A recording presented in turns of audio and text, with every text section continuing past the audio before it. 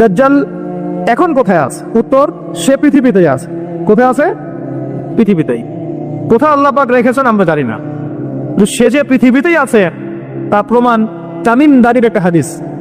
তামিম দারি রাদিয়াল্লাহু আনহু একটা দ্বীপের মধ্যে দাজ্জালকে বন্দী অবস্থা দেখেছেন। দেখে নবীর কাছে এসে বলেছেন যে আমি এটা দেখেছি। নবী সাল্লাল্লাহু আলাইহি ওয়াসাল্লাম বলেছেন, আমি তোমাদেরকে যে দাজ্জাল সম্পর্কে সতর্ক করেছিলাম এটাই সেটা, সে বের হবে অচিরেই। এবং সেদিন সে বলেছিল যে এই বাইসানের খেজুর বাগানে খেজুর থাকবে না, এখন সেখানে খেজুর নাই। সে বলেছিল তাবারিয়া হ্রদে যখন পানি থাকবে না তখন আমি বের হব, এখন তাবারিয়া হ্রদে পানি নাই, সময় ক্লোজ। সে কোথা থেকে বের হবে? উত্তর, তার বের হওয়া সম্পর্কে তিনটা বর্ণনা পাওয়া যায়। এক, সে ইস্পাহান থেকে বের হবে। ইস্পাহান হচ্ছে ইরানের একটা জায়গা। কোন জায়গা? ইরানের একটা জায়গা, এবং সেখানে ইস্পাহান নামে একটা জায়গা আছে। এমন হতেই পারে যে ইরান এই জায়গাটুকু অচিরেই বা ভবিষ্যতে ইসরায়েলের অন্তর্ভুক্ত হয়ে যেতেও পারে। কেন? 1974 সালে আরব ইসরায়েল যুদ্ধের সময় কি সিরিয়ার ওই যে আপনার গোলান মালভূমি, মিশরের সিনাই উপত্যকা, এগুলো কি ইসরায়েলের অন্তর্ভুক্ত ছিল? পড়াশোনা করেছেন কিছু? এগুলো ইসরায়েলের অন্তর্ভুক্ত ছিল না, এগুলো মিশরের এবং সিরিয়ার ছিল। মাত্র 6 দিনে সে এই আরবদেরকে পরাজিত করে ওই জায়গাগুলো দখল করে ফেলেছে। মাত্র 6 দিনে। কতদিনে? মাত্র 6 দিনও টিকতে পারে না এই মুসলিমরা তার সামনে। তো দেখুন, 6 দিনে এটা করতে পেরেছে 1974 সালেই, আর এখন তো 2022 চলছে। তো ইস্পাহানের ওই জায়গা যে ওর অন্তর্ভুক্ত হয়ে যাবে না, কে গ্যারান্টি দিবে? হতেও পারে। আর আপনারা ইরান ইসরায়েলের সম্পর্ক দাকুরাল দেখেন না? দাকুরাল সম্পর্ক কে জানে? আচ্ছা, আরেকটা বর্ণনা এসেছে সে বের হবে খোরাসান থেকে। খোরাসান মূলত এই জায়গাটুকুর মধ্যেই পড়ে যায়। আরেকটা হাদিসের মধ্যে আছে শাম এবং ইরাক, ইরাক এবং শাম। শাম মানে যে প্যালেস্টাইন, লেবানন, জর্ডান, এই পুরো জায়গাটা শাম। এই অংশটুকুর মধ্য থেকে, এর মাঝখানে একটা রাস্তা থেকে দাজ্জাল মানুষের রূপে আত্মপ্রকাশ করে। তো দেখুন, সে পৃথিবীতে আসবে, 40 দিন শাসন করবে। এই 3টা জায়গার কথা এসেছে, এই 3টা জায়গার মধ্য থেকে সে বের হবে। কিভাবে হবে আল্লাহ ভালো জানেন। এবং সেটা হবে মানুষের রূপে। কার রূপে? মানুষের রূপে। সে কি হবে? সে একজন ইহুদি যুবক হবে। কি হবে?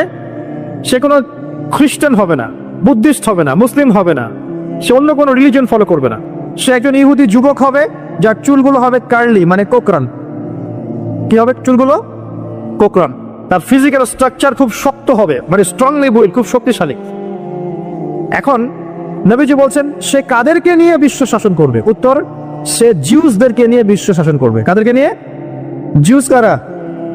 জিউস মানে শুধু ইহুদিরা নয়, এটা একটা ভুল ধারণা।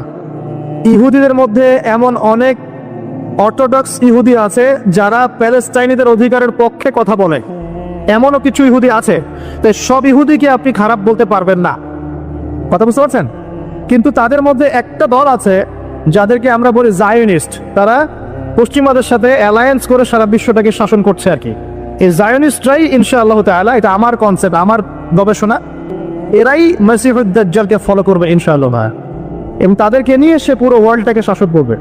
আর আপনি কনক্লুশন পেলেন কি? দাজ্জালের চেয়ে বড় কোনো ফিতনা নাই।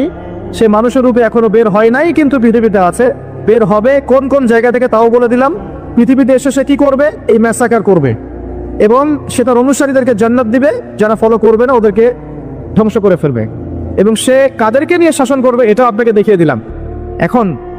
এখন আসেন, সে যাদেরকে নিয়ে ওয়ার্ল্ডটাকে শাসন করবে তাদের দিকে তো তাকিয়ে দেখি। আজকে থেকে 100 বছর আগে এই জায়নিস্ট বা জায়নিজমের সাথে যারা জড়িত, ইহুদিদের কি কোনো থাকার জায়গা ছিল? তারা কি প্যালেস্টাইনে ছিল? তাদের কি পরনে পোশাক ছিল?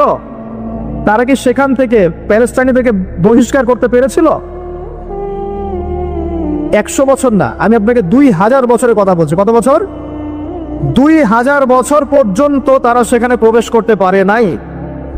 আর রাসূল সাল্লাল্লাহু আলাইহি ওয়াসাল্লামের জামানা, তারপর আবু বকর সিদ্দিক, তারপর ওমর, তারপর উসমান, তারপর আলী রাদিয়াল্লাহু আনহুম, তারপর উমাইয়াদের প্রায় 90 বছর, আব্বাসীয়দের 500 বছর, ফাতেমিদের খেলাফত, কর্ডোভার ইসলামী খেলাফত, মামলুকদের শাসন, সালাউদ্দিন আইয়ুবী রাহিমাহুল্লাহর সময়, এই মুঘলদের সময়, ওসমানীয়দের সময়, কোন সময় তারা প্যালেস্টাইনে ঢুকতে পারে নাই। 1914-এ যখন ফার্স্ট ওয়ার্ল্ড ওয়ার হয়েছে, তারপর ব্রিটেন সেখান থেকে চলে গিয়ে ওদেরকে জায়গা করে দিয়েছে। ওইখান থেকে 100 বছর হয়ে গেল তারা সেখানে আরবদের নাকের ডগায় বসে পুরো আরবদেরকে না, পুরো বিশ্বকে শাসন করছে। দাজ্জালকে আপনি দেখেননি, তার অনুসারীদেরকে আপনি দেখেন। তাদের অবস্থা এখন কি? জি বলছি, যাদের থাকার জায়গা ছিল না, খাবার ছিল না, পানি ছিল না, কোনো সার্বভৌমত্ব ছিল না, কোনো রাষ্ট্র ছিল না, তারা এখন পুরো বিশ্বে শক্তিশালী। শুধু তাই নয়, যারা মিলিটারি অ্যাফেয়ার্স সম্পর্কে জানেন, যারা পলিটিক্স করেন, যারা আপনার অর্থনীতি বোঝেন, তারা আমার কথা বুঝবেন, অন্যরা হয়তো বুঝবে না। তারা সেখান থেকে সারা ওয়ার্ল্ডের ব্যাংকিং সিস্টেমগুলো নিয়ন্ত্রণ করে ফেলেছে। আপনি ওদের বাইরে যেতেই পারবেন না। এবং তারা ওদের ব্যাংকিং সিস্টেম দিয়ে সারা ওয়ার্ল্ডকে সুদখোর বানিয়েছে। সুদ ছাড়া কোনো লোন তারা দিবে না। একটা IMF এর লোনের জন্য কত চড়াই উতরাই পার করতে হয় আপনি জানেন না? ইকোনমিক্স পড়েন তাহলে বুঝবেন। এমনি এমনি দিবে না, সুদ ছাড়া তো দিবেই না। আর সুদটা আমাদের শোধ করতে হবে না, শোধ করতে হবে। তো এদের সিস্টেমটাই সুদভিত্তিক ইকোনমিক সিস্টেম। ফাইন্যান্সে যান, ফাইন্যান্স, পুরো ওয়ার্ল্ডের যে ফাইন্যান্সগুলো আছে এগুলো ওদের হাতে। মিডিয়াতে যান, সারা ওয়ার্ল্ডের বড় বড় মিডিয়াগুলো ওদের হাতে।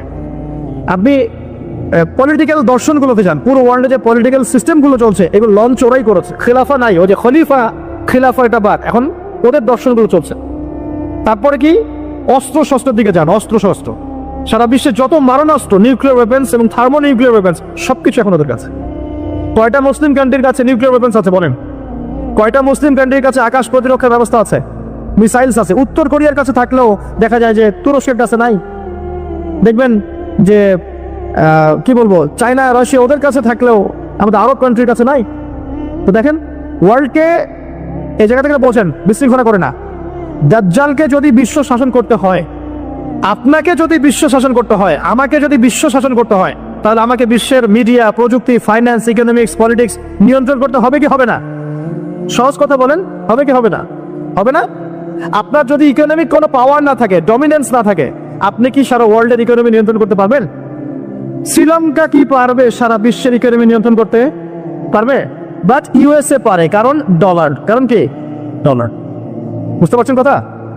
এই যে মালদ্বীপ, মালদ্বীপ কি পারবে সারা ওয়ার্ল্ডের মিডিয়া নিয়ন্ত্রণ করতে? পারবে? পারবে না। বাট ইসরায়েল পারবে, বাট বিকজ ওর কাছে গুগল, অ্যাপল সব ওদের। তার মানে এক কথায়, ওয়ার্ল্ডকে রুল করতে হলে আপনার ওয়ার্ল্ডের বড় বড় জিনিসগুলোকে নিয়ন্ত্রণ করতে হবে না? দাজ্জাল না আসলেও তার অনুসারীরা এগুলো অলরেডি নিয়ন্ত্রণ করে ফেলেছে। আমি কি এখন আপনাদেরকে বোঝাতে পারছি যে নূর বা আলো কি জিনিস? নূর অর্জন করলে আপনি এমন কিছু দেখবেন, এমন কিছু বুঝবেন যেটা সবাই বুঝবে না। কিন্তু একজন সাহাবীর নাম বলি, আনাস বিন নাজার। কি নাম? আনাস বিন নাজার রাদিয়াল্লাহু আনহু। তিনি উহুদের যুদ্ধের মাঠে কি করছেন আমি আপনাকে দেখাই। একটা গুজব ছড়িয়ে পড়েছে যে মুশরিকরা মুহাম্মদ সাল্লাল্লাহু আলাইহি ওয়াসাল্লামকে নাকি হত্যা করেছে। নাউজুবিল্লাহ। কারণ উহুদের যুদ্ধে আমাদের নবীর এখানে আঘাত লেগেছে, এই যে ভ্রুর এই নিচে কড়া ঢুকে গেছিল, একটু পায়ের মধ্যে আঘাত পেয়েছিলেন, তারপর দাঁত মোবারক শহীদ হয়ে গিয়েছিল। আব্দুল্লাহ বিন কামিয়া নামে এক লায়নাহুল্লাহ, এক মুশরিক নবীজিকে আঘাত করেছিলেন। ঠিক আছে? তো একটা গুজব ছড়িয়ে পড়েছিল যে মুশরিকরা মুহাম্মদ সাল্লাল্লাহু আলাইহি ওয়াসাল্লামকে হত্যা করেছে। নাউজুবিল্লাহ। তখন অনেক সাহাবী অস্ত্র ফেলে দিয়ে বসে যান, যে নবী নাই, আমরা যুদ্ধ করে কি করব? কথা বুঝতে পারছেন? তারা হাতে হাত রেখে বসে আছে। এখন এই আনাস বিন নাদর রাদিয়াল্লাহু আনহু তিনি বলছেন, কি হয়েছে তোমাদের, সমস্যা কি? তখন সাহাবীরা বলছেন, মুহাম্মদ সাল্লাল্লাহু আলাইহি ওয়াসাল্লাম তো শহীদ হয়েছেন, ইন্তেকাল করেছেন, আমরা যুদ্ধ করে কি করব? তখন আনাস বিন নাদর রাদিয়াল্লাহু আনহু বলছেন যে মুহাম্মদ সাল্লাল্লাহু আলাইহি ওয়াসাল্লাম যদি নিহত হয়ে থাকেন, তাহলে আমরা আর বেঁচে থেকে কি করব? চলো আমরা যুদ্ধ করে শহীদ হয়ে যাই, আমরা আর এখানে বেঁচে থেকে কি করব? তখন তিনি ছুটছেন ঘোড়া নিয়ে। আর সাদ বিন মুয়াজ নামে একজন সাহাবী। কোন সাহাবী? সাদ বিন মুয়াজ। এই সাহাবী বলছেন যে তুমি কোথায় ছুটছো? তখন আনাস বিন নাদর রাদিয়াল্লাহু আনহু বলছেন, আল্লাহর কসম করে বলছি, আমি উহুদ পাহাড়ের পিছন থেকে জান্নাতের ঘ্রাণ পাচ্ছি। কে বলছে এই কথা? আনাস বিন নাদর রাদিয়াল্লাহু আনহু। তিনি ছুটে গেলেন, গিয়ে বীর বিক্রমে যুদ্ধ করলেন। পরে তিনি যখন শহীদ হয়েছেন, তার লাশটাকে চেনাই যাচ্ছে না। তার লাশের মধ্যে 80টার বেশি তরবারের আঘাত ছিল। কতটা? পরে হাতের নখ, তার বোন যুদ্ধ শেষে হাতের নখ দেখে তাকে শনাক্ত করেছেন, ইনি আনাস বিন নাদর রাদিয়াল্লাহু আনহু।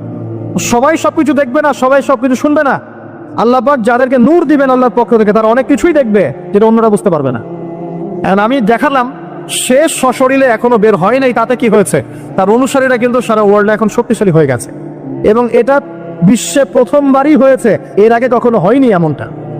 বরং বিশ্বে শতাব্দীর পর শতাব্দী ইহুদি খ্রিস্টানদের মধ্যে কোনো বন্ধুত্ব ছিল না, বরং এরা একে অপরের শত্রুই ছিল। 1800 শতাব্দীতে এসে 1897 এর দিকে এসে এরা এই মুভমেন্ট ফর্ম করে বিশ্বে এগিয়ে গেছে। তো ওরা যখন এত শক্তিশালী হয়েছে, আমরা এই সময় কি করছিলাম ভাই? আমরা ওই সময় আমাদের অটোম্যান খেলাফত হারিয়ে বেড়েছিলাম, প্রত্যেকটা মুসলিম কান্ট্রির মধ্যে ফাসাদ লাগিয়ে দেওয়া হয়েছিল, আমাদের আধ্যাত্মিকত্ব কমে গেছে, নামাজ ছেড়ে দিয়েছে অনেকেই, কোরআন থেকে দূরে সরে আসছি, সুন্নাহ থেকে দূরে সরে আসছি।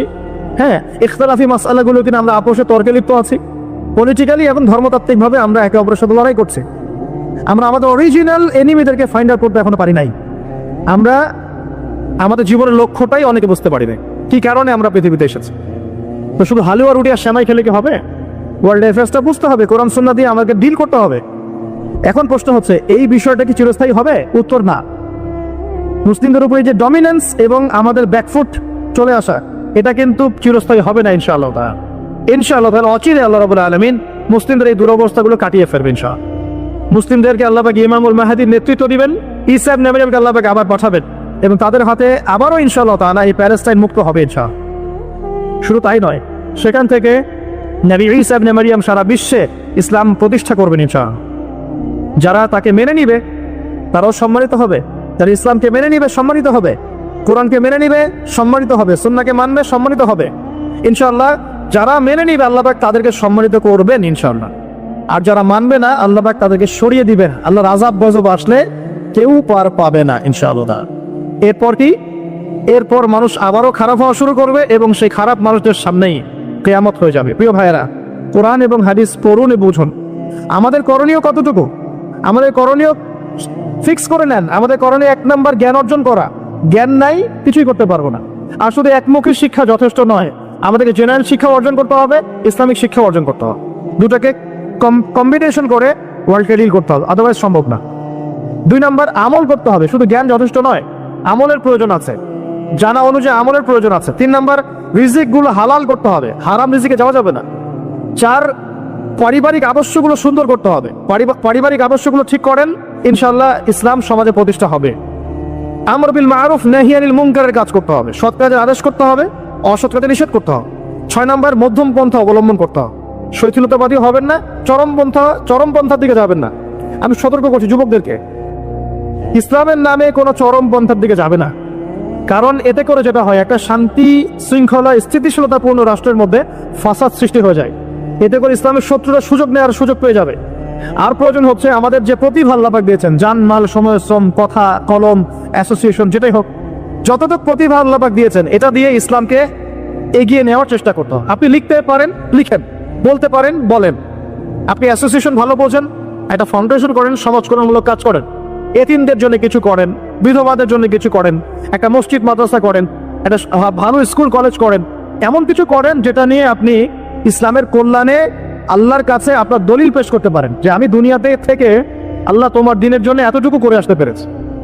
ইনশাআল্লাহ সবার ক্ষুদ্র ক্ষুদ্র প্রচেষ্টা একসাথে হলে ইসলাম বিজয়ী হবে ইনশাআল্লাহ। আপোষের বিভক্তিগুলো কমিয়ে ফেলেন, আপোষের বিভক্তিতে যায় না, ছোট ছোট বিষয়গুলোতে সময় নষ্ট করেন না। যখন সারা ওয়ার্ল্ডে মুসলিমরা মার খাচ্ছে, ইয়েমেনের বাচ্চাদের রক্ত ঝরছে, এই যে রোহিঙ্গাদের কি অবস্থা দেখেন, উইঘুরদের কি অবস্থা দেখেন, সিরিয়ার অবস্থা দেখেন, ইরাকের অবস্থা দেখেন, আর আমরা এগুলো নিয়েই পড়ে আছি। সুবহানাল্লাহ সুবহানাল্লাহ। আর যখন আমরা প্রশস্ত দৃষ্টির কথা বলছি, কিছু মানুষ এই ফ্লোটাকে থামিয়ে দেওয়ার জন্য আমাদের পিছনে এই খারেজি, এই সন্ত্রাসী, হাবিজাবি টাইটেল দিচ্ছে। কিছু সাহাবী তো এমনও ছিলেন, বদরের যুদ্ধ করতে এসেছেন, হাতের মধ্যে কিছু খেজুর আছে, খেজুর খাচ্ছেন, ফরমা খেজুর খাচ্ছেন।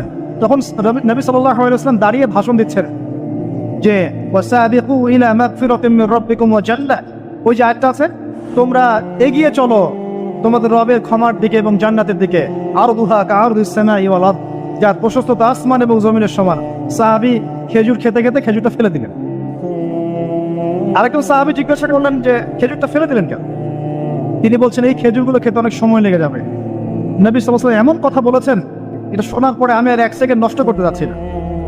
খেজুর ফেলে দিয়ে যুদ্ধে ঝাঁপিয়ে পড়লেন, দেন শহীদ হয়ে জান্নাতে চলে গেলেন। তারাও তো মৃত্যুর স্বাদ গ্রহণ করেছেন, তাই না? আর একজন ইহুদি ব্যক্তি উহুদের যুদ্ধের দিন সকালবেলা মুসলিম হয়েছে। ইহুদিরা তো আমাদের চিরশত্রু, আপনারা জানেন। এটা জানার জন্য ডক্টরেট করার দরকার নেই, থিসিস করার দরকার নেই। প্যালেস্টাইনের দিকে দেখেন বুঝতে পারবেন, ফিলিস্তিনকে দেখেন বুঝতে পারবেন। অ্যামনেস্টি ইন্টারন্যাশনাল বলে একটা সংস্থা আছে না, এরা পর্যন্ত দেখলাম গতকালকে রিপোর্ট দিয়েছে যে বিগত এই 50-60 বছর ধরে এরা ফিলিস্তিনদের উপর যা নির্যাতন করেছে, এটা মানবতার ইতিহাসে কখনো করা। যাই হোক, একজন ইহুদি যুবক সকালবেলা উহুদের মাঠে আসছেন, এসে জিজ্ঞাসা করছেন যে আমার আগে কি করা উচিত, আগে কি আমি যুদ্ধে যাব না আমি আগে মুসলিম হব? সাহাবীরা তাকে বললেন আগে কালিমা শাহাদাত পড়, তারপরে উহুদের মাঠে আস। সে এসেছে এই কারণে যে নবী সাল্লাল্লাহু আলাইহি ওয়াসাল্লাম মদিনায় আছেন, মদিনায় আরো ইহুদিরা আছে, ইহুদিরাই আগে বলতো শেষ জামানে একজন নবী আসবেন যার নাম হবে আহমদ, সব মিলে গেছে, তারপরেও তারা গ্রহণ করছে না। তো এই ছেলে সত্য চিনতে পেরেছে, সে চলে আসছে সত্যের কাছে, এসে ইসলাম কবুল করে যুদ্ধ করলো, শহীদ হয়ে গেল। নবী সাল্লাল্লাহু আলাইহি ওয়াসাল্লাম দেখলেন তার লাশটা, দেখে বলছেন এই যুবক, এই ইহুদি যুবক এখানে কি করছে? সাহাবীরা বললেন সকালবেলা মুসলিম হয়েছে, যুদ্ধ করে শহীদ হয়ে গেছে ইয়া রাসূলুল্লাহ। নবীজি বললেন সাল্লাল্লাহু আলাইহি ওয়াসাল্লাম আমিলা কালিল উজরা কাসীর, সে অল্প আমল করলো কিন্তু বিশাল পুরস্কার পেয়ে গেল। জীবন তো তাদেরও ছিল। এটা তো সশস্ত্র যুদ্ধের কথা বাদ দেন, নরমালি সুমাইয়া রাদিয়াল্লাহু আনহা, আবু জাহেল তাকে নির্যাতন করছে করছে করছে, তার লজ্জাস্থানে বর্ষা ঢুকিয়ে দিয়ে, চিন্তা করতে পারেন, লজ্জাস্থানে বর্ষা নিক্ষেপ করে হত্যা করলো। সুমাইয়া রাদিয়াল্লাহু আনহা দেখতে কালো বর্ণের, চেহারা সুন্দর নয়, হয়তো বা আপনার মতো সুন্দর নয়, জান্নাতে এখন হাসছে ইনশাআল্লাহ তাআলা। তার স্বামী ইয়াসের, আবু জাহেল তাকে পিটাতে পিটাতে মেরে ফেললো, সে মারা গেল, শহীদ হয়ে গেল। অনেক ওলামায়ে কেরামকে, ইমাম মুজতাহিদ মুহাদ্দিস দেখবেন সারাটা জীবন এত মেহনত করেছেন দিনের জন্য, বিয়ে শাদী করার সময় পান নাই, এমনও আছেন ইমাম এবং মুহাদ্দিস। জীবন তো তাদেরও ছিল। শুধু সাহাবী কেন, তাবেঈদের দিকে তাকান, তাবেঈন তাকান, আমাদের চার ইমামের দিকে তাকান। আবু হানিফা রাহিমাহুল্লাহ শেষ বয়সে জেলখানায়, কথিত আছে বিষ প্রয়োগে তাকে হত্যা করা হয়েছে। তার টাকা অভাব ছিল না, তিনি কিন্তু আমার মতো হতদরিদ্র ছিলেন না। আল্লাহ পাক তাকে সম্পদ দিয়েছিলেন, সমস্ত সম্পদ বিলিয়ে দিয়েছেন দিনের জন্য। ইমাম শাফিঈ রাহিমাহুল্লাহ তার দিকে তাকান, আহমদ বিন হাম্বল রাহিমাহুল্লাহ তার দিকে তাকান, তাকে পিটানো হচ্ছে আর বাগদাদের রাস্তায় ধরা হচ্ছে, কারণ সমাজের মানুষ ফতোয়া দিয়েছে একটা, তিনি ফতোয়া দিয়েছেন আরেকটা। ওই যে হিন্না প্রথা আর ঠিকা বিবাহ নিয়ে তিনি বলছেন ই'লামু ইয়া আহলা বাগদাদ, হে বাগদাদের মানুষরা জেনে রাখো যে আমি কোশ্চেন কালেও এই প্রথাকে জায়েজ করলাম না, তোমরা চিনে রাখো যে আমার নাম আহমদ। জীবন তাদেরও ছিল। ইমাম মালিক রাহিমাহুল্লাহ, তাকে এত মার দেওয়া হয়েছিল, হাত বাঁধতে পারতেন না নামাজের মতো, নামাজে হাত বাঁধতে পারতেন না। সাহাবীদের থেকে নেন, তাবেঈ থেকে নেন, তাবেঈ থেকে নেন, মুজতাহিদ ইমাম থেকে নেন, দুনিয়ার জীবন তারাও কিন্তু ভোগ করেছেন আর আমরাও ভোগ করছি। আমাদের ভোগের সিস্টেমটা দেখেন, তাদের ভোগের সিস্টেমটা দেখেন। আমরা বাঁচছি দুনিয়ার জন্য, তারা বেঁচেছে পরকালের জন্য। আমরা দুনিয়ায় বাঁচছি দুনিয়ার জন্য, দুনিয়ার একটা চাকরি, একটা ব্যবসা, একটা পরিবার, একটা স্ট্যাটাস, বাড়ি গাড়ি, টাকা কড়ি, সম্পত্তি, এগুলোর জন্য। কিন্তু তারা বেঁচেছেন আল্লাহর জন্য, পরকালের জন্য। যে ব্যক্তি দুনিয়ার জন্য দুনিয়া করে, আল্লাহ পাক তাকে ইহকাল পরকাল দুনিয়া নষ্ট করে দিবেন। যে ব্যক্তি পরকালের জন্য দুনিয়া করবে, আল্লাহ পাক তার দুনিয়া গুছিয়ে দিবেন, আখিরাতও গুছিয়ে দিবেন ইনশাআল্লাহ। প্রথম কথা হচ্ছে এই যে দুনিয়ার জীবনকে প্রাধান্য দেওয়া যাবে না। দুনিয়ার জীবনে প্রত্যেকটা কাজ আপনি একটা উদ্দেশ্যে করবেন, সেটা হচ্ছে আল্লাহ সন্তুষ্ট। বিয়ে শাদী করেছি কেন? আল্লাহর জন্যে। পরিবার গঠন করেছি কেন? আল্লাহর জন্যে। সন্তান নিয়েছি কেন? আল্লাহর জন্যে। দিন শিখেছি কেন? ইলম শিখেছি কেন? আল্লাহর জন্যে। চাকরি কেন করি? আল্লাহর জন্যে। প্রতিটা কাজ ইবাদত হবে যদি আপনি মুহাম্মদ সাল্লাল্লাহু আলাইহি ওয়াসাল্লামের তরিকা মেনে চলেন। একটা বিষয় বোঝার বাকি আছে আমাদের, দুনিয়ার জীবনটা 1 সেকেন্ডের জীবন। আল্লাহ পাক সূরা হাদীদের মধ্যে বলেছেন ই'লামু আন্নামাল হায়াতুদ দুনিয়া লা'iবun ওয়া লাহু ওয়া জিনাতুন ওয়া তাফাখুরুন বাইনাকুম ওয়া তাকাসুরun ফিল আমওয়ালি ওয়াল আওলাদি কামাসালি গায়যিন আ'জাবাল কুফফারা নাবাত ثم يهيج فتراه مصفرا ثم يكون حطاما وفي الآخرة عذاب شديد ومغفرة من الله ورضوان وما الحياة الدنيا إلا متاع الغرور। আল্লাহ পাক বলছেন জেনে রাখো তোমরা সবাই, এই জমিনবাসী, এই দুনিয়ার হায়াতটা খেলা। খেলা মানে কি দেখেন, ছোট্ট বাচ্চারা খেলা ছাড়া কিছু বোঝে? ওর কাছে দুনিয়া ওইটাই। দুনিয়ার প্রথম স্টেজ খেলা। বললাহ একটু বড় হবে, যখন কিশোর হবে, ওর কাছে ঠাট্টা হাসি তামাশা, ডোন্ট কেয়ার, দুনিয়াতে কোনো কিছু নেই, খাওয়া দাওয়া ফুর্তি করো, লাকি। আর একটু বড় হবে ওয়াজিনাতুন তাফাখুরুন বাইনাকুম ওয়া তাকাসুর, একটু বড় হবে তখন বাড়ি গাড়ি স্ট্যাটাস সৌন্দর্য চাকচিক্য প্রতিযোগিতা তাফাখুরুম বাইনাকুম ওয়া তাকাসুর, এভাবে দুনিয়ার জীবন যাচ্ছে। এই এক্সাম্পলটা আল্লাহ পাক দিয়েছেন এমনভাবে যে একটা ভূমি ছিল অনুর্বর, বৃষ্টি হলো, সেখানে সবুজ শ্যামল ফসল ফলত, এক পর্যায়ে ফসলটা আস্তে আস্তে হলুদ বর্ণ ধারণ করলো এবং সেটাকে কেটে ফেলা হলো, তারপর শুধু খড়কুটা বাকি থাকলো। এই হলো দুনিয়ার জীবনের এক্সাম্পল। এরপর পরকালে বাকি আছে দুইটা জিনিস, হয় ক্ষমা, রিদওয়ান মাগফিরাত ক্ষমা, অথবা আযাবুন শাদীদ। আমাদেরকে মাথায় ইনস্টল করতে হবে, দুনিয়াতে আমরা কেউ থাকতে আসি নাই। প্রথম কথা, এখানে আমরা এসেছি বড় জোর 60, 70, 100 বছরের হায়াত নিয়ে, যার মধ্যে মোটামুটি ভাবে 30, 40, 50 বছর চলে গেছে, কারো 20 বছর 25 বছর চলে গেছে, বুঝতে না বুঝতেই চলে গেছে, মানে ভালো মন্দ বোঝার আগেই শেষ। যদি তার বয়স হয় 60 বছর, তাহলে এখন বাকি আছে 30 বছর।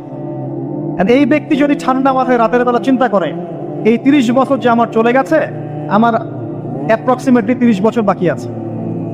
বাকি আছে বুঝলাম, যা চলে গেছে, এই চলে যাওয়া 30 বছরে আমি 10 বার জেনা করেছি, 20 বার মদ খেয়েছি, ঠিক আছে, মানুষের সম্পদ আত্মসাৎ করে খেয়েছি, পরকিয়া করেছি, চুরি করেছি, ডাকাতি করেছি, মিথ্যা বলেছি, নামাজ পড়ি নাই, রোজা রাখি নাই।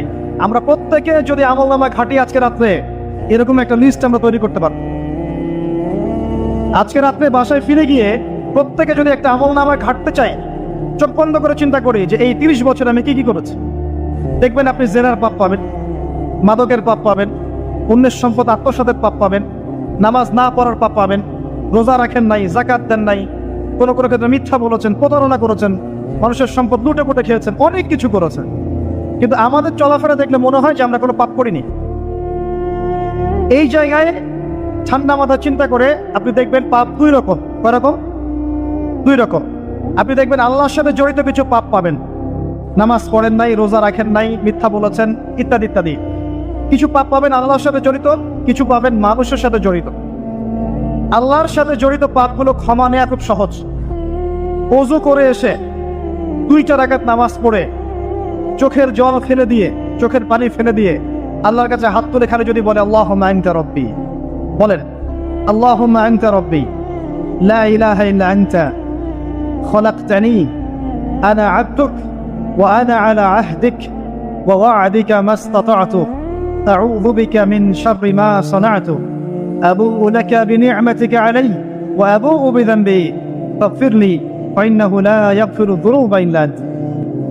এটা না পারেন, অ্যাটলিস্ট আস্তাগফিরুল্লাহাল্লাযী লা ইলাহা ইল্লা হুয়াল হাইয়ুল কাইয়ুম 3 বার চোখের পানি ফেলে দেন, আল্লাহর কাছে ওয়াদা করেন আল্লাহ যা করেছি ছেড়ে দিব, আগামী যতদিন বেঁচে থাকবো কোরআনের ও সুন্নাহর বাইরে এক চুল যাব না ইনশাআল্লাহ, এবং আগামী দিনগুলোতে আল্লাহ পাক তোমার আদেশ যখন যেভাবে আসবে আমি পালন করবো ইনশাআল্লাহ।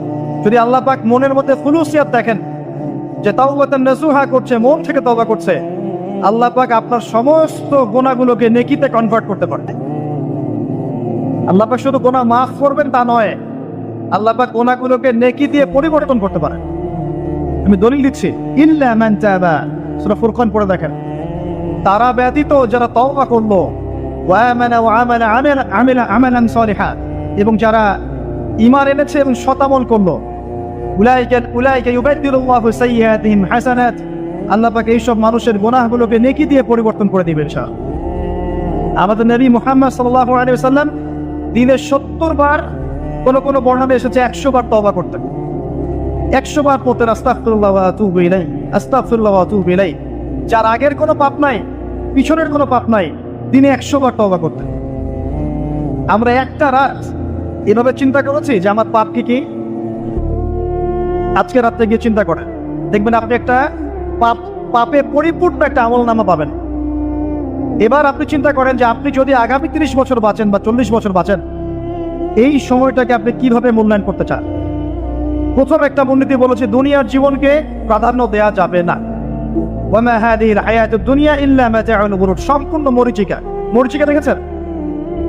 দুনিয়ার জীবন যে কি জিনিস, যারা আল্লাহর পথে পরীক্ষার সম্মুখীন হয়েছে ওরা জানে, মানে কিচ্ছু না, মানে মুহূর্তে আল্লাহ পাক ইহকাল পরকালের ফয়সালা করে ফেলবে। আমরাও বুঝবো, এটা আমরা বুঝবো না এমন নয়। ইয়াং ছেলে রাস্তায় যাচ্ছে, বাইক নিয়ে খুব দাবরানি দিচ্ছে, আছে না, হঠাৎ অ্যাক্সিডেন্ট, ডেড, স্পট ডেড।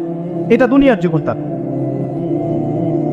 সারা জীবন দুনিয়ার পিছনে ছুটেছে, শেষ বয়সে হতাশ, কিছুই পেলাম না। পাবে না, কারণ আল্লাহর পথে না চললে শেষ বয়সে কেউ কিছু পাবেন না। যন্ত্রণা, হতাশা, গ্লানি ছাড়া তখন দেখবেন আত্মহত্যা করে শেষ। একটা কথা বলছিলাম যে আপনি চলার পথে কোরআন সুন্নাহর প্রতিকূলে আমল, আকীদা, মানহাজ, মুআমালাত এগুলো দেখলে কি করবেন? কোরআন সুন্নাহকে অগ্রাধিকার দিবেন নাকি চলমান বিষয়কে অগ্রাধিকার দিবেন? ইবাদত করতে এসে দেখছেন আমলের নামে বেদাত চলছে, কি করবেন? বেদাতীদের সাথে আপোষ করবেন না কোরআন সুন্নাহয় ফিরে আসবেন? আপনি তাওহীদের ক্ষেত্রে দেখছেন মানুষ ইসলামের নামে শিরক করছে, এখন আপনি কি সংখ্যাগরিষ্ঠ মানুষকে অগ্রাধিকার দিবেন না কোরআন সুন্নাহর কাছে আসবেন? অর্থনৈতিক জীবনে গিয়ে দেখছেন মানুষ বেশিরভাগই হারাম রিজিক খাচ্ছে, এখন আমি যদি বলি যে দুনিয়ার জীবনে টিকে থাকতে হলে আমাকে এগুলোতে গায়ে আপোষ করে চলতেই হচ্ছে, তাহলে কিন্তু কোশ্চেন কেন কোরআন সুন্নাহকে প্রাধান্য দেওয়া হলো না? তখন আপনি কি করবেন? পরিবার চালাতে গিয়ে দেখছেন যে পরিবারের বেশিরভাগ লোক আপনার কথা শোনেন। আপনি কোরআন এবং সুন্নাহকে দিয়ে পরিবার চালাতে চান, তারা পশ্চিমা সংস্কৃতি দিয়ে পরিবার চালাতে চায়, হিন্দি সিরিয়াল দিয়ে, গান বাজনা, ডুগি তবলা এগুলো দিয়ে। বেনামাজি, নামাজ রোজার খবর নাই, তালিম নাই, ইসলামিক নৈতিকতা নাই, কিচ্ছু নাই, জীবনের কোনো উদ্দেশ্যই নাই। এরকম পরিবার নিয়ে আপনি চলছেন করবেন, কাকে প্রাধান্য দিবেন? খুব ডিফিকাল্ট প্রশ্নগুলো কিন্তু, এবং এগুলো প্র্যাকটিক্যাল, এগুলো হচ্ছে। এখন চাকরি খুঁজতে গেছেন, আপনি দেখছেন যে ঘুষ না দিলে চাকরি পাচ্ছেন না, কি করবেন আপনি? তা পড়াশোনা করতে গেছেন, ছেলে মেয়ের ফ্রি মিক্সিং জেনা ছাড়া পড়াশোনাই করতে পারছেন না, কি করবেন তখন? ইউনিভার্সিটিতে গেছেন, ইউনিভার্সিটির পরিবেশগুলো দেখছেন ইসলাম কোথায় আর ইউনিভার্সিটি কোথায়, কি করবেন আপনি তখন? প্রত্যেকটা জায়গায় আপনাকে সিদ্ধান্ত নিতে হবে যে আমি প্রতিটা জায়গায় কোরআন এবং সুন্নাহর সাথে আপোষ করব নাকি চলমান এই জাহিলিয়াতের সাথে আপোষ করব, কোনটা করব? বিশ্বাস করেন, যখন আপনি মনের মধ্যে এই চেতনা লালন করতে পারবেন এবং আল্লাহ আপনাকে হেদায়েত দিবেন যে হ্যাঁ কোরআন সুন্নাহই সমস্ত সমস্যার সমাধান, এবং এর মধ্যে আল্লাহ প্রতিটা বিষয়ের সলিউশন নাজিল করেছেন, আপনি মেনে নেবেন, চলবেন, তখন আপনি বাধা পাবেন, প্রচুর বাধা পাবেন। প্রথম বাধা পাবেন আপনার পরিবার থেকে, এরপরে বাধা পাবেন আপনার সমাজ থেকে, বাধা পাবেন ধর্ম নেতাদের থেকেও, পরবর্তীতে বাধা পাবেন ফেরাউন নমরুদদের থেকে। কি করবেন? ডিসিশনগুলো খুব ইম্পর্টেন্ট, কারণ মনে রাখবেন কবরে 3টা প্রশ্ন হবে। মান রব্বুক, সেই উত্তর দিতে পারবে যে পৃথিবীতে আল্লাহর সাথে শিরক করে নাই। সিম্পল, যে তাওহীদের উপর ছিল, শিরক করেনি, উত্তর দিতে পারবে ইনশাআল্লাহ রব্বি আল্লাহ। পৃথিবীতে যে আল্লাহর সাথে শিরক করেছে সে কোশ্চেন কেন উত্তর দিতে পারবে না। শিরক করে মারা গেছে, তওবা করে নাই, উত্তর দিতে পারবে না ইনশাআল্লাহ। মা দীনুক, পৃথিবীতে যে দিন ইসলামকে চূড়ান্ত সত্য রূপে মেনে নেয়নি, পরিপূর্ণ দিন পালন করার চেষ্টা করে নাই, কোশ্চিন কালেও মা দীনুক উত্তর দিতে পারবে না। ইসলামকে ঠাট্টা বিদ্রুপের ছলে হাসি তামাশায় গ্রহণ করেছে, সে কখনো উত্তর দিতে পারবে না। মান নবিয়ুক, পৃথিবীতে যে ব্যক্তি নবী সাল্লাল্লাহু আলাইহি ওয়াসাল্লামের সুন্নাহ মেনে চলেনি, জীবনে চলার পথে নবীর সুন্নাহকে পরোয়া করে নাই, অন্যের আদর্শ গ্রহণ করেছে, সে কোশ্চিন কালেও মান নবিয়ুক উত্তর দিতে পারবে না। কারা পারবে তাহলে? 1 নম্বর তাওহীদ পন্থীরা পারবে, 2 নম্বর যারা পরিপূর্ণরূপে ইসলাম পালন করেছে এরা পারবে, 3 নম্বর যারা মুহাম্মদ সাল্লাল্লাহু আলাইহি ওয়াসাল্লামের সুন্নাহর উপর টিকে ছিল এরা পারবে। ওয়া মা খালাকতুল জিন্না ওয়াল ইনসা ইল্লা লিয়াবুদুন, শুধুমাত্র ইবাদত করার জন্যই আল্লাহ পাক জিন এবং মানুষ জাতিকে সৃষ্টি করেছেন। আপনাকে আল্লাহ পাক এই হায়াতটা দিয়েছেন, এখন বাকি সময়টা চিন্তা করেন আগামী 30-40 বছর কিভাবে কাটাতে চান। দুনিয়ার জন্য বাঁচবেন না আল্লাহর জন্য বাঁচবেন?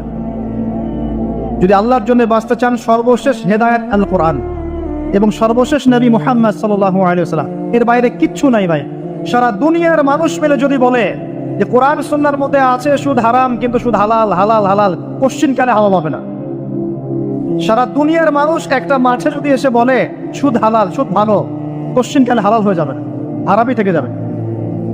সারা দুনিয়ার মানুষ যদি বলে পর্দা করার দরকার নাই, এটা সেকেলে সেকেলে সেকেলে, এটা সেকেলে হয়ে যাবে না, এটা ফরজ থেকে যাবে। কিচ্ছু নাই কোরআন সুন্নাহর বাইরে, কিচ্ছু নাই। যা আছে দেখছেন বোগাস, যার কোনো ভিত্তি নাই, মানুষের মন গড়া প্রবৃত্তির অনুসরণ। এখন আপনি যখন কোরআন এবং সুন্নাহর কাছে আসতে চাইবেন, তখন কিন্তু আপনি চতুর্দিক থেকে বাধা পাবেন। এই পথ চলাটা এত সহজ হবে না। হ্যাঁ, কাদের জন্য সহজ হবে? যারা প্রোটেস্ট্যান্ট মুসলিম হবে। কি মুসলিম? প্রোটেস্ট্যান্ট মুসলিম। এটা কেমন? মানে ওটাও ঠিক এটাও ঠিক, সুদ খেলেও হয় না খেলেও হয়, পর্দা করলেও হয় না করলেও হয়, নামাজ পড়লেও হয়, মাঝে মাঝে সারলেও হয়, যাকাত দিলেও হয় না দিলেও হয়।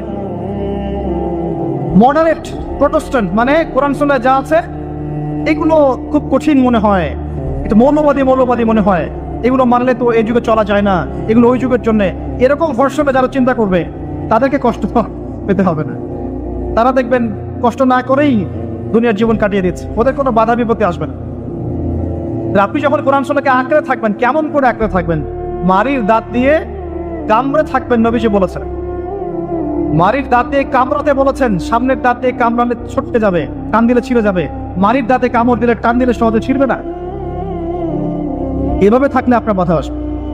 এখন আপনার সামনে দেখবেন আপনি কিছু ফিতনা এবং কিছু সলিউশন।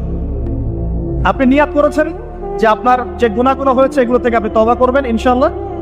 আগামী দিনগুলো আপনি কোরআন এবং সুন্নাহ অনুসারে চলবেন। এই কথা শুধু একমত আছেন তো? এখন চলতে গিয়ে দেখবেন যে আপনি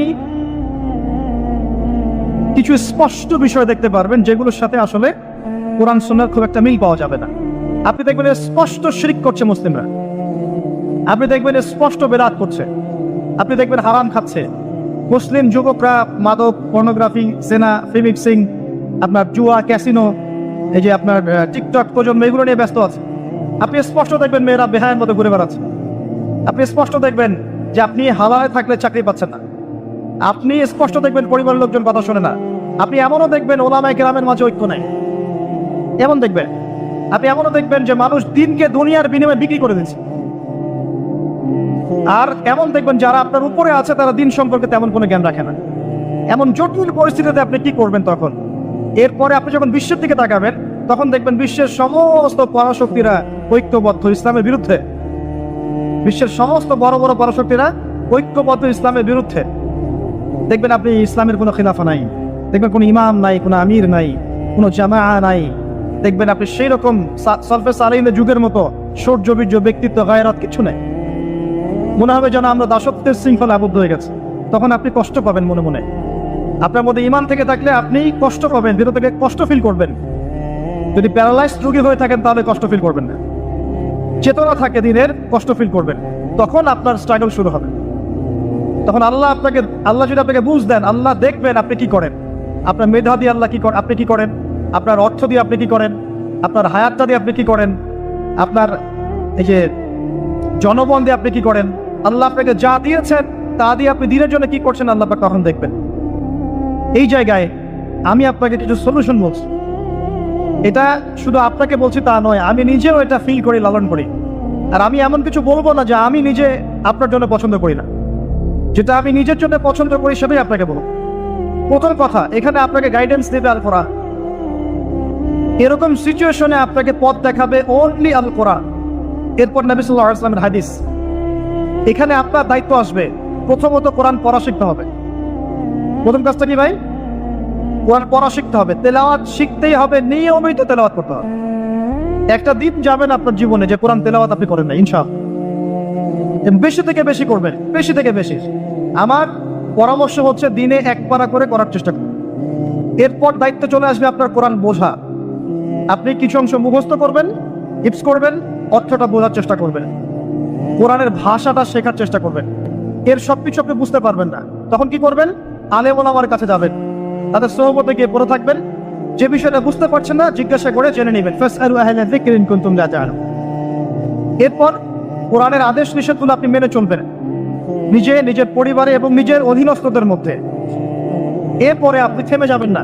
কোরআনের দাওয়াত আপনি যতটুকু জানেন এটা মানুষের কাছে প্রচার করবেন, মাদ্রাসা করবেন, মসজিদ আবাদ করবেন, বক্তব্য চালু করবেন, কোরআনের একটা রেভলিউশন ক্রিয়েট করবেন। কোরআনের জন্য আপনার জান, মাল, অর্থ বিলিয়ে দিবেন। ওই একটা ছোট কাজ দেখবেন পরকালে জান্নাতে যাওয়ার ওসিলা হয়ে গেছে ইনশাআল্লাহ। তারপর আপনি সুন্নতকে পাবেন, ওই সুন্নতের উপরে আপনার 24 ঘন্টাকে সাজাবেন, দিন রাত প্রতিটা আমল আপনি সুন্নাহ অনুযায়ী করার চেষ্টা করবেন। এরপরে গিয়ে আপনার দায়িত্ব আরো বাড়বে। এরপর দায়িত্ব চলে আসবে উম্মাহ কেন্দ্রিক। আপনার তাসকিয়া অর্জন করতে হবে, আত্মশুদ্ধি অর্জন করতে হলে সবসময় পরকালের ফিকির করতে হয়, মৌতের স্মরণ করতে হয়, বেশি বেশি কোরআন তেলাওয়াত করতে হয়, এতিমের মাথায় হাত বোলাতে হয়, আপনার সাদাকা বেশি বেশি করতে হয়, মাঝে মাঝে রোজা রাখতে হয়। এগুলো করতে থাকলে আল্লাহর জিকির বেশি বেশি করতে হয়, আল্লাহর ধ্যান করতে হয়, আল্লাহকে ডাকতে হয়, দোয়া করতে হয়, আত্মশুদ্ধি অর্জন হবে। একই সাথে আপনার অন্তর থেকে হিংসা, বিদ্বেষ, এই যে গীবত, রিয়া, অহংকার, সমালোচনার সংস্কৃতি দূর করতে হবে। নাই, দিনে কোনো জবরদস্তি নাই। সত্য আর মিথ্যা স্পষ্ট হয়ে গেছে, চাপিয়ে দেওয়ার কিছু নাই। বরং আল্লাহ পাক ধর্ম নিয়ে বাড়াবাড়ি করতেও নিষেধ করেছে, কিন্তু সত্যটাকে উপস্থাপন করতে আল্লাহ পাক শিক্ষা দিয়েছে। একজন খলিফার কাজ কি? ন্যায়ের মানদণ্ডে মানুষের মাঝখানে বিচার ফয়সালা করা, অন্যায় না করা। ওমর রাদিয়াল্লাহু আনহু নিজের ছেলে অন্যায় করার পরেও তাকে নিষেধে শাস্তি দিয়েছেন। আরেকটা বলবো, ওই যে ঘটনা জানেন, রাত্রেবেলা জনগণের খোঁজ খবর নিতেন তিনি। শুনতে পেলেন যে মায়ের সন্তানরা কান্নাকাটি করছে। জিজ্ঞাসা করলেন কেন কান্নাকাটি করছে সন্তান। তখন এই মহিলা বলছে, সন্তানের মারা বলছে, ওয়াল্লাহি হাদা বাইনি ওয়া বাইনা ওমর, আল্লাহর কসম করে বলছি এটা আমার এবং ওমরের মাঝখানের বিষয়। আমি ওমরের নামে আল্লাহর কাছে নালিশ করব। কি নালিশ করবে? যে ওমরের আমলে আমি না খেয়ে আছি, আমার সন্তান না খেয়ে আছে। কথা বুঝতে পারছেন? এই কথা শোনার সাথে সাথে ওমর রাদিয়াল্লাহু আনহুর বুকে আল্লাহ পাকের ভয় চলে আসে, হৃদয় প্রকম্পিত হলো। প্রকম্পিত হওয়ার পর তিনি নিজে চলে গেলেন মদিনায়, যেটাকে বলি আমরা বাইতুল মাল, মানে রাষ্ট্রীয় সম্পদ যেখানে থাকতো ওটাকে বাইতুল মাল বলা হতো। সেখান থেকে একটা আটার বস্তা নিজের কাঁধে উঠিয়েছেন, উঠিয়ে নিজে পায়ে হেঁটে ওই মহিলার বাসায় যাচ্ছেন। তার পাশে থাকা একজন সাহাবী, তিনি বলছেন, তার নাম আসলাম রাদিয়াল্লাহু আনহু, তিনি বলছেন যে ইয়া আমিরুল মুমিনিন, হে আমিরুল মুমিনিন, আমাকে দিন, আনা আহমেলুক, আমি এটাকে বহন করে নিয়ে যাই। আপনি চলেন সাথে, সমস্যা নেই, আমি বহন করে নিয়ে যাই অ্যাটলিস্ট। তখন ওমর রাদিয়াল্লাহু আনহু বলছেন, দিলের কান দিয়ে শোনেন কথাগুলো। ওমর রাদিয়াল্লাহু আনহু বলছেন, হাল আনতা তাহমিলু উযরি ইয়াউমাল কিয়ামা, তুমি কি কিয়ামতের মাঠে আমার পাপের বোঝা বহন করবে? সুবহানাল্লাহ, চিন্তা করে দেয়। নিজের হাতে গেলেন, রান্না করে খাওয়ালেন, তারপরে বললেন আগামীকাল তুমি আমিরুল মুমিনিনের দরবারে এসো, সেখানে আমাকে পাবে। এই হলো ওমর রাদিয়াল্লাহু আনহুর খেলাফত। একদিন তিনি মেষ, তার যে উট, এটাকে পরিষ্কার করছেন। আলী রাদিয়াল্লাহু আনহু দেখে বলছেন, আমিরুল মুমিনিন, আপনি পরবর্তী জেনারেশনের জন্য অনেক কঠিন আদর্শ রেখে যাচ্ছেন। আপনি এত কাজ করছেন, তারপরে নিজের কাজও নিজে করছেন।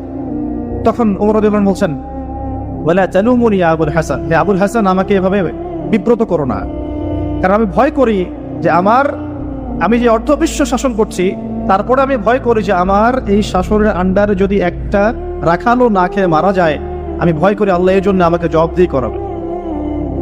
আরেকটা বলে শেষ করে দিই, আমর ইবনে আস রাদিয়াল্লাহু আনহু, তিনি একজন গভর্নর, কোথাকার? মিশরের। কার আমলে আছেন? ওমর রাদিয়াল্লাহু আনহুর সময়। তো তার ছেলের নাম হচ্ছে মুহাম্মদ। তো সে মুহাম্মদ আমর ইবনে আসের ছেলে রাদিয়াল্লাহু আনহু, বাবার পলিটিক্যাল পাওয়ারে মিশরের মানুষের উপরে কিছুটা জুলুম করা শুরু করেছে। এটা হয় না এমন? মাঝে মাঝে এমন হয় না? হতে পারে।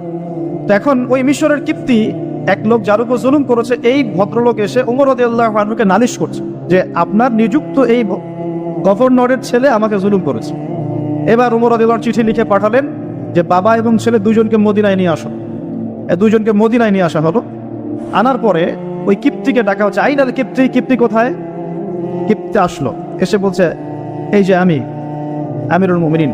নিজের হাতের লাঠিটা এই কিপ্তির হাতে দিয়ে আমিরুল মুমিনিন বলছেন, ইদরিব ইবনুল আকরামিন, এখন সবার সামনে তুমি এই সম্মানিত ছেলেকে পিটাও। চিন্তা করে দেখেন, মসজিদ নববীর মধ্যে অনেক সাহাবী আছেন, তাদের সামনে আমর ইবনে আস রাদিয়াল্লাহু আনহু আছেন, তার ছেলেকে তার সামনে পিটাতে বলা হচ্ছে। কে বলছেন? ওমর রাদিয়াল্লাহু আনহু। সেই কিপ্তি বিব্রত, যাই হোক পিটালেন। অনেকক্ষণ মারার পরে যখন সে থামলো, তখন ওমর রাদিয়াল্লাহু আনহু বলছেন, হ্যাল শাফাইত, তুমি কি সন্তুষ্ট হয়েছো? বলছে, শাফাইত ওয়া আশতাফাইত, আমি সন্তুষ্ট হয়েছি এবং তৃপ্তি হয়েছে, আমি ন্যায় বিচার পেয়েছি। আচ্ছা, এবার কি? আলান, এখন ইদরিব আলান আদ-দারবু আলা রাসি আমর, এখন আমর ইবনে আসের মাথার উপরে এই লাঠি দিয়ে মারো। ওয়াল্লাহি মা দারাবাকা ইল্লা বিফদলি সুলতানি, আল্লাহর কসম করে বলছি, আমর ইবনে আসের ছেলে তার বাবার পলিটিক্যাল পাওয়ারেই তোমার গায়ে হাত তুলেছে। আমি কি শাসন বোঝাতে পারছি? এরকম শাসকতা আল্লাহ পাক নিষেধ করেন নাই, বরং এই শ্রেণীর শাসক হতে পারলে আরশের ছায়া আল্লাহ পাক ছায়া দিবেন সব। আল্লাহ পাক বলেছেন তার হাবিবের মাধ্যমে 7 শ্রেণীর মানুষকে আল্লাহ রাব্বুল আলামিন কিয়ামতের মাঠে আরশে আজিমের ছায়া ছায়া দিবে। কয় শ্রেণী? তার মধ্যে প্রথম হচ্ছে ইমামুন আদিল, ন্যায়পরায়ণ শাসক। এই জন্য আমি খুব দোয়া করি মন থেকে আল্লাহ পাক আমাদের যাকে যেখানে দায়িত্ব দিয়েছেন সবাইকে তার জায়গায় ন্যায়পরায়ণ হওয়ার তৌফিক দান করুন। আমরা সবাই দোয়া করব। সমালোচনা করা সহজ, একটা মানুষ যখন কাজ করবে কাজের সময়ে ভুল ত্রুটি ধরা সহজ, কিন্তু সেই কাজ নিজে করা এত সহজ নয়। আমরা যারা দিনের পথেও চলি দেখবেন সমালোচকের অভাব আছে, অভাব নাই, কিন্তু নিজে একটা বই লিখুক, নিজে একটা লেকচার দেখ, 10 জন মানুষের সামনে দাঁড়িয়ে কথা বলুক, দিনের কিছু ভালো কথা উপস্থাপন করুক, দেখবেন নাই, পারবে না। কিন্তু সমালোচনা করা সহজ, ফেসবুকে বসে বসে 2-4 লেখা সহজ, ফেসবুকে বসে শুয়ে শুয়ে 2-4 লাইন লেখা সহজ, কনস্ট্রাকটিভ কাজ করা এত সহজ নয়। আর সবচেয়ে কঠিন কথা হচ্ছে আমাদের সবাইকে আল্লাহর কাছে ফিরে যেতে হবে এবং যার যার দায়িত্ব বুঝিয়ে দিতে হবে। আল্লাহ পাক আমাদের সবাইকে দাউদ আলাইহিস সালামের মতো, সুলাইমান আলাইহিস সালামের মতো, আদম আলাইহিস সালামের মতো আল্লাহর খলিফা হওয়ার তৌফিক দান করুন। সামনে যাই, যে কথা থেকে এখানে আসছি ভাই, কোরআনের সূরাগুলো আপনাকে কি দিবে? আলো দিবে। তো নূর, সূরা নূরের প্রথমেই আল্লাহ পাক আলোর কথা আলোচনা করছেন। কোন টপিক দিয়ে? জেনা দিয়ে, ব্যভিচার দিয়ে। যে ব্যভিচার যদি কেউ করে, জেনা যদি কেউ করে, তাকে তোমরা 100টা বেত্রাঘাত করো। এটা ইসলামিক লস। এখন সারা বিশ্বের খুব কম জায়গায় এটার ইমপ্লিমেন্টেশন আছে, তবে ইনশাআল্লাহ তাআলা যখন ইমামুল মাহদী আসবেন, ঈসা ইবনে মারইয়াম আসবেন, তখন আবারও এটা বাস্তবায়িত হবে ইনশাআল্লাহ। এটা আগে ছিল, এখন নাই সব জায়গায়। যাই হোক, আসমানে আছে, পৃথিবীতে যদি নাও হয় আসমানে শাস্তি হবে ইনশাআল্লাহ। যখনই আল্লাহ পাকের ওই সুন্নাহ, যখনই মুসলিমরাও, অমুসলিমরা তো আছেই, মুসলিমরাও যদি আল্লাহর বিধান থেকে সরে গিয়েছে, আল্লাহ পাক ওদেরকেও সরিয়ে দিয়েছেন, নতুন সম্প্রদায় নিয়ে এসেছে। এটাই সভ্যতার সংকট। আপনার কথাটা ভালো করে বোঝেন, অমুসলিমদের কথা বাদ দেন। মুসলিমরা যখন দায়িত্ব পেয়েছে মুহাম্মদ সাল্লাল্লাহু আলাইহি ওয়াসাল্লামের সময় থেকে নিয়ে, তখন মুসলিমরাও যদি আল্লাহ এবং তার রাসূলের অবাধ্যতা করেছে, আল্লাহ পাক মুসলিমদেরকেও সরিয়ে দিয়েছেন, অন্য নতুন প্রজন্মকে নিয়ে এসেছেন। এটা আল্লাহর সুন্নাত, মনে রাখবেন। আব্বাসীয়রাও সরে গেছে, এদিকে দায়িত্ব চলে আসলো মামলুকদের হাতে। মামলুক মানে দাস। ইলতুৎমিশের নাম শুনেছেন? নাম শোনেন নাই? তারা যখন ক্ষমতা নিয়েছেন, কুতুবউদ্দিন আইবেক নাম শোনেন নাই? কুতুব মিনার, তারা মামলুক ছিলেন, তাদের হাতে আল্লাহ পাক ক্ষমতা দিয়েছেন। মিশরের এই মামলুকরা বিশ্ব চালিয়েছে কিছুদিন, কর্ডোভার মুসলিমরা শাসন করেছে কিছুদিন, মাঝখান থেকে ফাতেমিরা খেলাফত নিয়েছিল কিছুদিন। তারপরে যখন চতুর্মুখী ক্রুসেডগুলো হচ্ছিল, ক্রুসেডারদের আক্রমণ বেশি হচ্ছে, মঙ্গোলিয়ানদের আক্রমণ বেশি হচ্ছে, তখন আল্লাহ পাক উসমানীয় খেলাফত নিয়ে এসেছেন। এই যে দেখছেন না কুরুলুস উসমান, দেখেছেন না কুরুলুস? তারপরে যে আর্তুগুল দেখেছেন না? এগুলো হিস্ট্রি পড়বেন। আর্তুগুল গাজীর ছেলে কুরুলুস, কুরুলুস তো বীরত্বের কথা। উসমান গাজী, তার হাত ধরে অটোমান এম্পায়ার প্রতিষ্ঠা হয়েছে। কত বছর শাসন করেছে তারা? কত বছর? তারও বেশ, 600+ তারা শাসন করেছে। এদের মধ্যেও প্রথম দিকে শক্তি ছিল, ক্ষমতা ছিল, আস্তে আস্তে এরা দুনিয়া পূজারি হয়, ক্ষমতা চলে যায়। একই সুন্নাহ, সভ্যতার এই টোটাল সংকটের চিত্র একই। যখনই মানব জাতি আল্লাহর বিধান মেনেছে, রাসূলের আনুগত্য করেছে, আল্লাহর দেখানো পথে চলেছে, আল্লাহ দুনিয়াতে সম্মান দিয়েছেন, পরকালে জান্নাত দিয়েছেন। আর যখনই কোনো জাতি হোক, সেটা মুসলিমরাও, যখনই আল্লাহর বিধান মানে নাই, রাসূলকে মানে নাই, প্রবৃত্তির আনুগত্য করেছে, তখন আল্লাহ রাব্বুল আলামিন তাদেরকে সরিয়ে দিয়েছে। এখন ওসমানীয়দের পতন হয়ে গেল ফার্স্ট ওয়ার্ল্ড ওয়ারের পরে, প্রথম বিশ্বযুদ্ধের পরে। এটা একটা বিস্ময়কর বিষয়। 2 জন ব্যক্তির হত্যাকাণ্ডকে কেন্দ্র করে আস্তে আস্তে যুদ্ধে জড়িয়ে যাচ্ছে অস্ট্রিয়া, হাঙ্গেরি, তারপরে এদিকে আপনার সোভিয়েত ইউনিয়ন, জার্মানি, এদিকে ব্রিটেন, পরে আসছে আমেরিকা, এদিকে ফ্রান্স। সবাই মারামারি করতে করতে করতে 4-5-6 বছরের ব্যবধানে দেখলেন যে আপনি মাশাআল্লাহ 3-4 কোটি মানুষ মরে শেষ। First world war history.